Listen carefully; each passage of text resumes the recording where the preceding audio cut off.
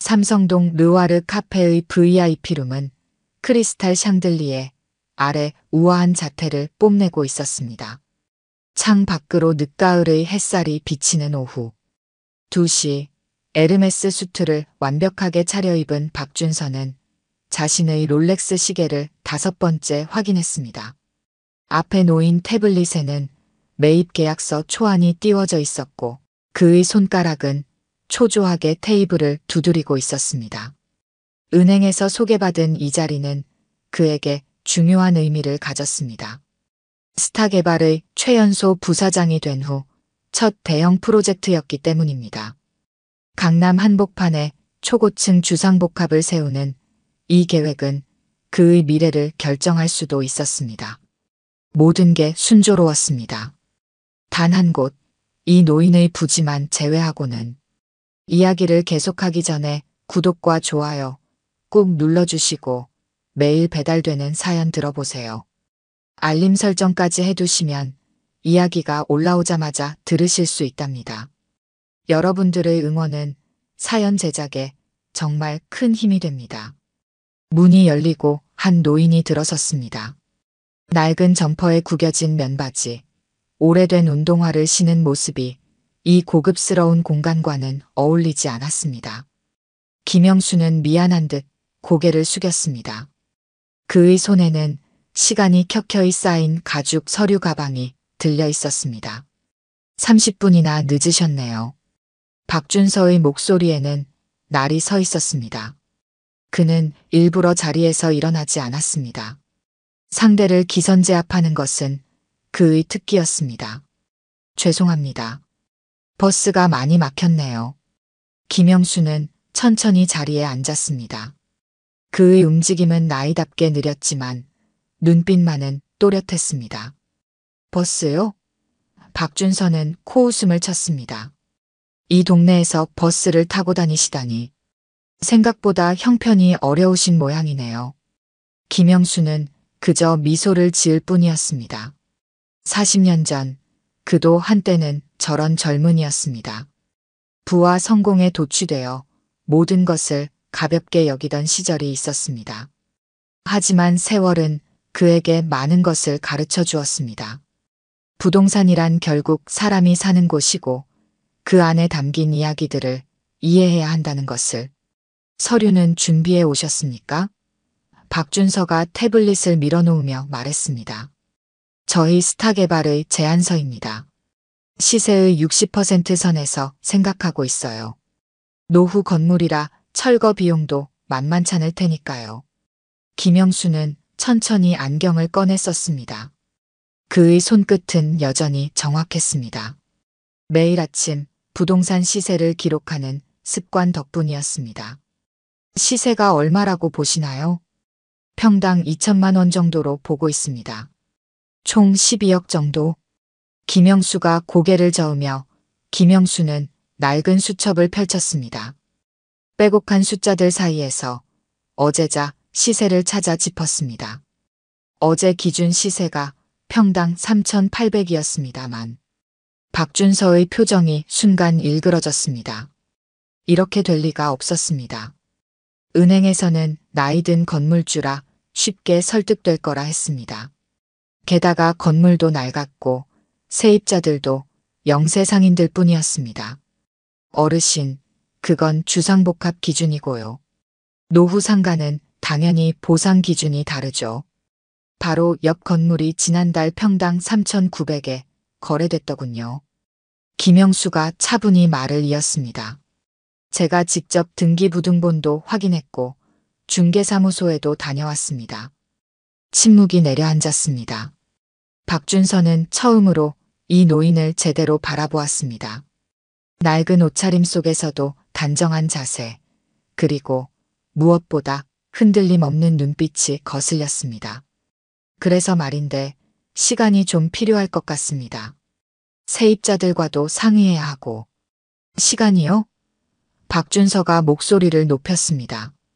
VIP룸 안에 그의 목소리가 울렸습니다. 어르신, 이게 얼마나 좋은 기회인지 아시나요? 현금으로 바로 드리는 거예요. 이 나이에 이런 기회가 다시 올까요? 김영수는 천천히 가방에서 구겨진 신문 스크랩을 꺼냈습니다. 2년 전 스타개발이 추진했던 재개발 사업이 실패한 기사였습니다. 젊은이, 부동산이란 게 말이죠. 시간과의 싸움입니다. 조급해하면 반드시 실수를 하게 되어 있죠. 이거 기억나시나요? 박준서의 얼굴이 창백해졌습니다. 그 사업 실패로 전임 부사장이 물러났고 그가 그 자리를 차지할 수 있었습니다. 하지만 그 실패의 원인을 이 노인이 알고 있다는 건 예상하지 못했습니다. 박준서가 이를 악물며 말했습니다. 일주일 드리겠습니다. 그 이상은 어렵습니다. 저희도 일정이 있으니까요. 김영수는 천천히 일어섰습니다. 그의 움직임은 여전히 느렸지만 이번에는 어딘가 위험이 서려 있었습니다. 감사합니다만 제 시간에 맞춰 결정하도록 하겠습니다. 박준서는 노인의 뒷모습을 노려보았습니다.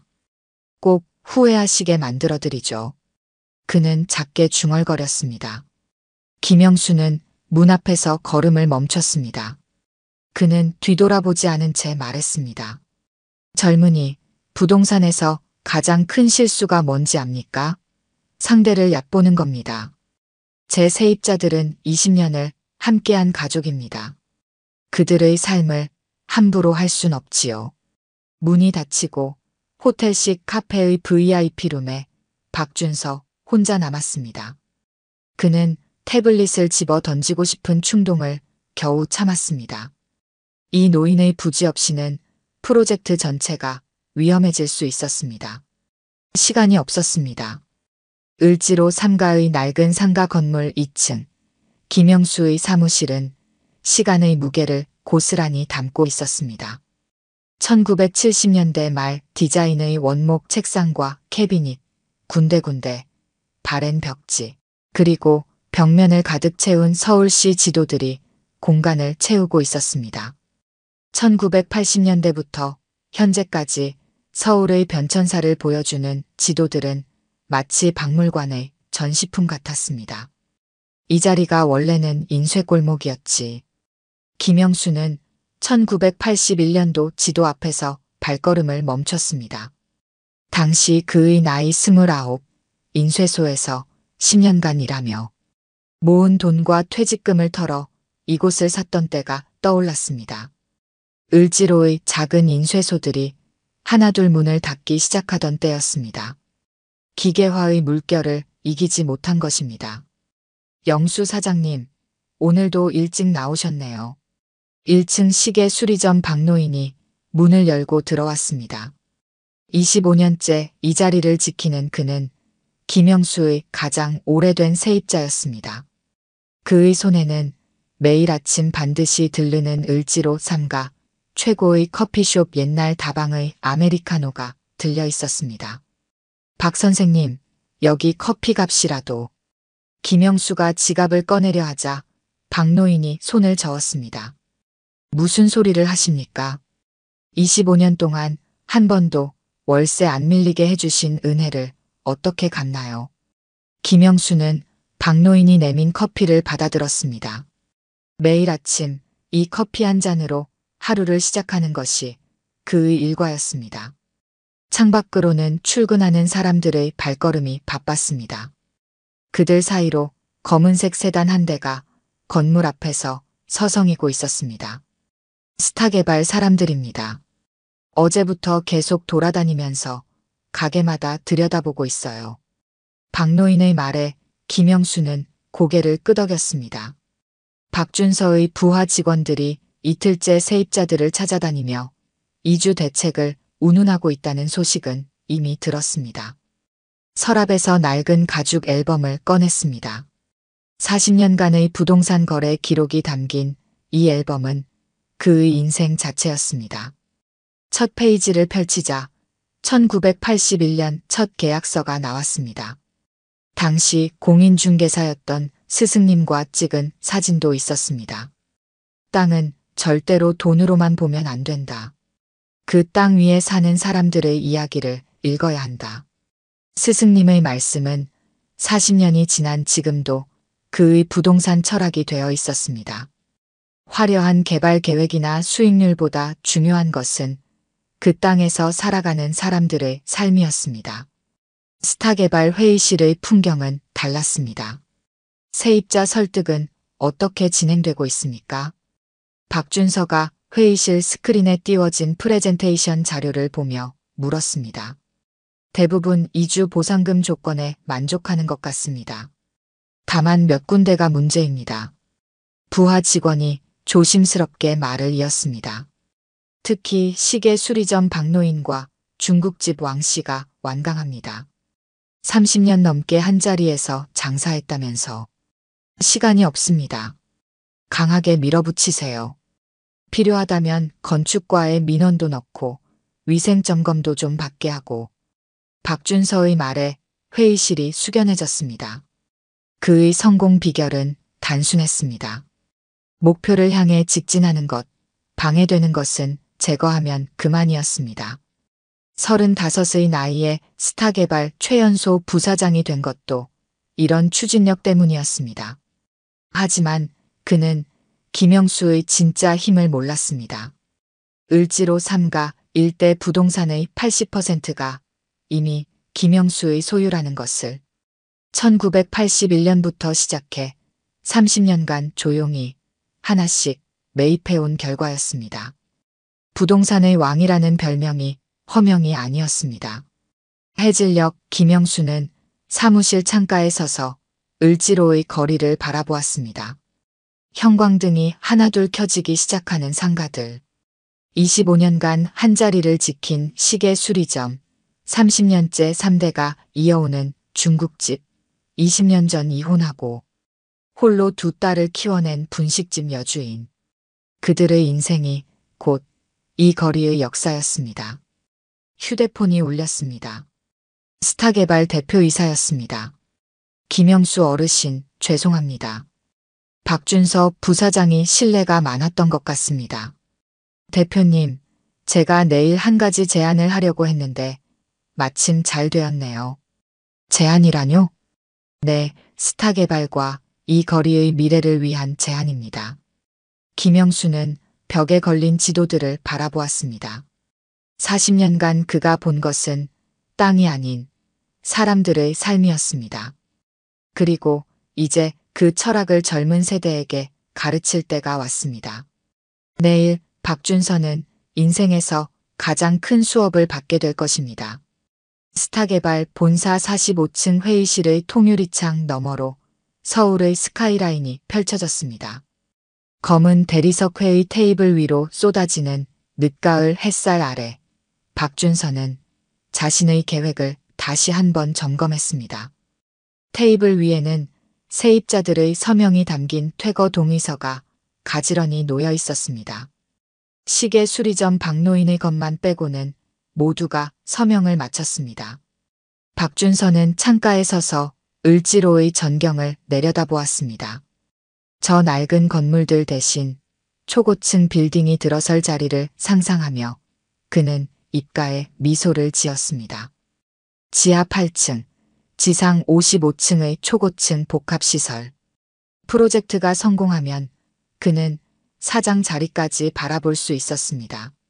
35의 나이에 이 정도면 나쁘지 않은 성과였습니다. 회의실 벽면의 대형 스크린에는 개발 계획이 떠 있었습니다. 화려한 3D 그래픽으로 구현된 미래의 을지로는 마치 판타지 영화의 한 장면 같았습니다. 수십 년간 이어져 온 낡은 상가들은 모두 사라지고 그 자리에 유리와 강철로 된 현대식 건물이 들어설 것입니다. 어제 그는 마지막 카드를 꺼내들었습니다. 김영수의 건물에 대한 안전진단 결과였습니다. 물론 조작된 것이었지만 행정기관에 제출할 만큼은 됐다고 자부했습니다.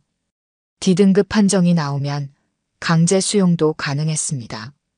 이제 남은 건 시간 문제였습니다. 그러나 운명은 때때로 예상치 못한 방향으로 흘러갑니다. 회의실 문이 열리고 비서가 허둥지둥 들어왔습니다. 그의 손에는 부동산 등기부등본 수십 장이 들려 있었습니다. 서류를 훑어보던 박준서의 얼굴이 창백하게 변했습니다. 개발 부지 주변 80%가 김영수의 소유라는 사실이 차갑게 적혀 있었습니다. 40년이라는 세월 동안 조금씩 조용히 매입해온 결과였습니다. 더 큰 문제는 그들이 보낸 안전진단 관련 내용이 언론에 유출됐다는 것이었습니다. 조작 정황도 함께였습니다. 박준서가 자랑스럽게 쌓아올린 모든 계획이 모래성처럼 무너지고 있었습니다. 스타개발 로비는 늘 그렇듯 분주했습니다. 대리석 바닥에 비치는 햇살 사이로 김영수가 걸어 들어왔습니다. 낡은 점퍼에 구겨진 면바지 차림이었지만 그의 걸음걸이에는 40년 세월이 담긴 무게가 실려 있었습니다. 로비의 호화로운 인테리어와 김영수의 소박한 차림새는 기묘한 대조를 이루었습니다. 박준서는 엘리베이터에서 내리자마자 그를 발견했습니다. 다리가 후들거렸지만 체면을 지키려 애써 걸음을 떼었습니다. 이제 그의 앞에는 더 이상 나이든 건물주가 아닌 을지로의 제왕이 서 있었습니다. 김영수는 낡은 가죽 서류 가방에서 한 장의 문서를 꺼냈습니다. 그것은 스타개발의 미래를 결정지을 새로운 제안이었습니다. 진정한 부동산 개발이 무엇인지 보여줄 시간이 왔습니다. 오늘의 가을 햇살은 유독 따가웠습니다. 로비의 대리석 바닥에 비치는 그들의 그림자는 마치 운명의 대결을 예고하는 듯 했습니다. 김영수의 눈빛에서는 40년 경험에서 나오는 자신감이 빛났고 박준서의 얼굴에는 땀방울이 맺히기 시작했습니다. 스타개발 본사 1층 로비에는 긴장감이 가득했습니다. 오전 10시 프로젝트 착공식 발표를 앞두고 기자들이 하나 둘 모여들기 시작했습니다. 검은 정장 차림의 박준서가 단상에 섰습니다. 그의 이마에는 가느다란 땀방울이 맺혔습니다. 착공식장 뒤편에서는 세입자들이 모여 웅성거렸습니다. 시계 수리점 박노인은 굳은 표정으로 자리를 지켰고 중국집 왕씨는 어깨를 떨어뜨린 채 바닥만 바라보았습니다. 퇴거 동의서에 서명한 이들의 얼굴에도 후회와 불안이 가득했습니다. 오늘 우리 스타개발은 을지로의 새로운 역사를 시작합니다. 박준서의 목소리가 마이크를 통해 울려 퍼졌습니다. 그의 뒤로 초고층 빌딩의 조감도가 떠올랐습니다. 바로 그때였습니다. 로비 입구로 김영수가 걸어 들어왔습니다. 그의 뒤로는 서울시청 도시계획과 공무원들이 따랐습니다. 낡은 점퍼 차림이었지만 그의 걸음에는 힘이 실려 있었습니다. 잠시 말씀드려도 되겠습니까? 김영수의 차분한 목소리에 착공식장이 술렁였습니다. 기자들의 카메라 플래시가 터졌습니다. 김영수님, 지금은 착공식이 진행 중입니다만. 박준서가 마이크를 붙잡은 손에 힘이 들어갔습니다. 김영수는 천천히 가죽 서류 가방을 열었습니다. 그의 손에는 두툼한 서류 뭉치가 들려 있었습니다. 도시계획과 과장이 앞으로 나서며 서류를 받아들었습니다. 스타개발이 제출한 안전진단서는 조작된 것으로 확인됐습니다. 도시계획과 과장의 말에 장내가 술렁였습니다. 또한 해당 부지는 현재 역사문화미관지구로 지정이 예정되어 있어 초고층 개발은 불가능합니다. 박준서의 얼굴이 하얗게 변했습니다. 그가 내려다본 서류에는 을지로 일대 부동산의 등기부등본이 가지런히 정리되어 있었습니다. 소유주는 모두 김영수였습니다. 40년 전 제 스승님께서 말씀하셨습니다. 김영수가 천천히 단상 앞으로 걸어갔습니다. 진정한 부동산의 가치는 땅값이 아닌 그곳에 담긴 사람들의 삶이라고요. 세입자들의 시선이 김영수에게 쏠렸습니다. 시계 수리점 박노인의 눈가에 눈물이 맺혔습니다. 이 자리에 새로운 건물이 들어설 것입니다. 김영수는 잠시 숨을 고르고 말을 이었습니다. 하지만 그것은 기존 상인들과 함께하는 개발이 될 것입니다. 제가 직접 맡아서요. 착공식장이 순식간에 환호성으로 가득 찼습니다. 세입자들은 서로를 부둥켜 안았고 기자들은 경쟁적으로 사진을 찍어댔습니다. 단상 위의 박준서는 다리에 힘이 빠졌습니다. 그의 앞에는 이제 단순한 노인이 아닌 을지로의 제왕이 서 있었습니다. 40년간 부동산을 통해 사람을 보는 법을 배운 진정한 왕이었습니다. 스타개발 대표이사가 급히 단상으로 올라왔습니다. 그의 얼굴은 이미 창백했습니다. 주변 부지의 80%를 소유한 김영수의 동의 없이는 어떤 개발도 불가능했기 때문입니다. 햇살이 스타개발 본사 유리창에 반사되어 찬란하게 빛났습니다. 그 빛 아래 김영수는 미소를 지었습니다. 이제 진정한 을지로의 변화가 시작될 것입니다. 한 달 후 을지로의 겨울 아침은 매서운 바람과 함께 찾아왔습니다. 김영수의 사무실 창 너머로 흰 입김을 내뿜으며 출근하는 사람들이 보였습니다. 그들 사이로 박준서가 걸어오고 있었습니다. 더 이상 비싼 정장도 명품 시계도 없었습니다. 대신 단정한 캐주얼 차림으로 변한 그의 모습이 보였습니다. 사무실 문을 열자 오래된 원목 가구 특유의 향이 느껴졌습니다.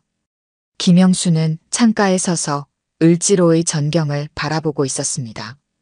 그의 시선이 닿는 곳마다 40년의 시간이 켜켜이 쌓여 있었습니다.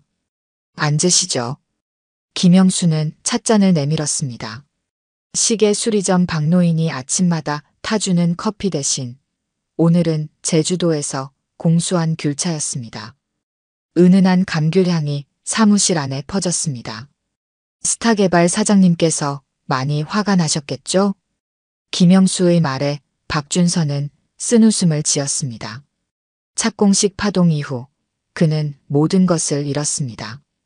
부사장 자리는 물론 회사에서도 쫓겨났습니다. 안전진단서 조작 건으로 고발당할 뻔했지만 김영수가 선처를 호소의 가까스로 면했습니다. 이제 막 시작하는 부동산 회사에서 일하게 됐다고 들었습니다. 박준서는 고개를 떨구었습니다.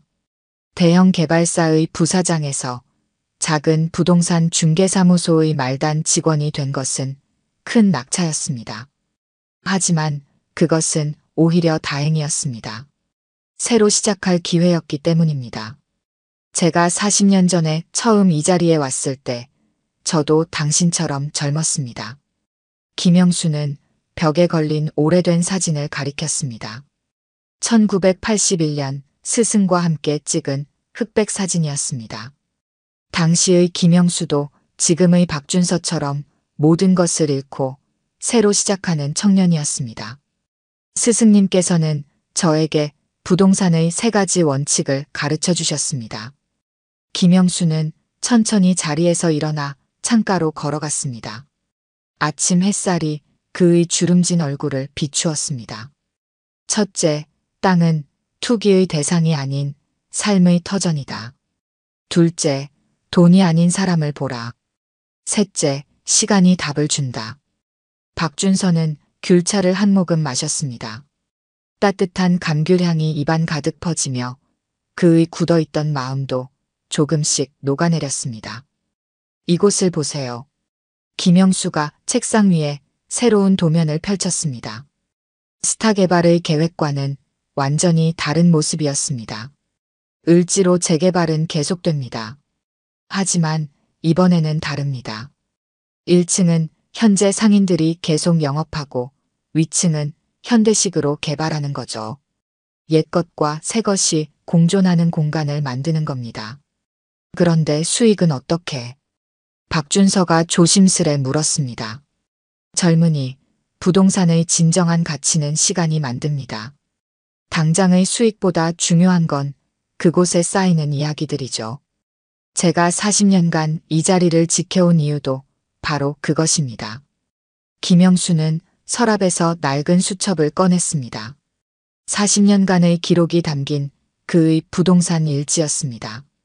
페이지마다 세입자들의 이야기, 거래 내역, 그리고 을지로의 변천사가 꼼꼼히 적혀 있었습니다. 이제부터 당신이 이어가야 할 기록입니다. 박준서의 눈이 커졌습니다. 그의 손이 떨렸습니다. 저에게 이런 기회를 주시다니. 실수는 누구나 합니다. 중요한 건 그것을 통해 무엇을 배우느냐죠. 김영수의 눈가에 잔잔한 미소가 어렸습니다. 당신은 이제 진짜 공부를 시작하는 겁니다. 부동산이 아닌 사람을 보는 법을요. 창밖으로 시계 수리점 박노인이 가게 문을 여는 모습이 보였습니다. 25년간 한자리를 지켜온 그의 하얀 머리가 아침 햇살에 반짝였습니다. 옆 중국집에서는 이미 요리 준비가 한창이었고 분식집에서는 김씨 아주머니가 계산대를 닦고 있었습니다. 보이십니까? 저게 바로 을지로입니다. 화려한 빌딩이 아닌 사람들의 삶과 이야기가 만드는 곳이죠. 김영수는 박준서의 어깨에 손을 얹었습니다. 그의 손길에는 40년 세월의 무게가 담겨 있었습니다. 이제 당신 차례입니다. 진정한 부동산의 가치를 배울 준비가 되셨나요? 박준서는 고개를 끄덕였습니다. 그의 눈가에 눈물이 맺혔습니다. 패배가 아닌 새로운 시작이었습니다. 겨울 아침 햇살이 사무실을 가득 채웠습니다. 그 빛 아래서 스승과 제자가 마주 앉아 있었습니다. 40년 전 이 자리에서 김영수가 그랬던 것처럼 이제 박준서가 진정한 부동산의 의미를 배우기 시작할 것입니다. 을지로의 거리는 여전히 분주했습니다. 시계 수리점에서는 기계 돌아가는 소리가, 중국집에서는 웍 볶는 소리가 들렸습니다. 시간은 멈추지 않고 흐르고 그 흐름 속에서 새로운 이야기가 시작되고 있었습니다.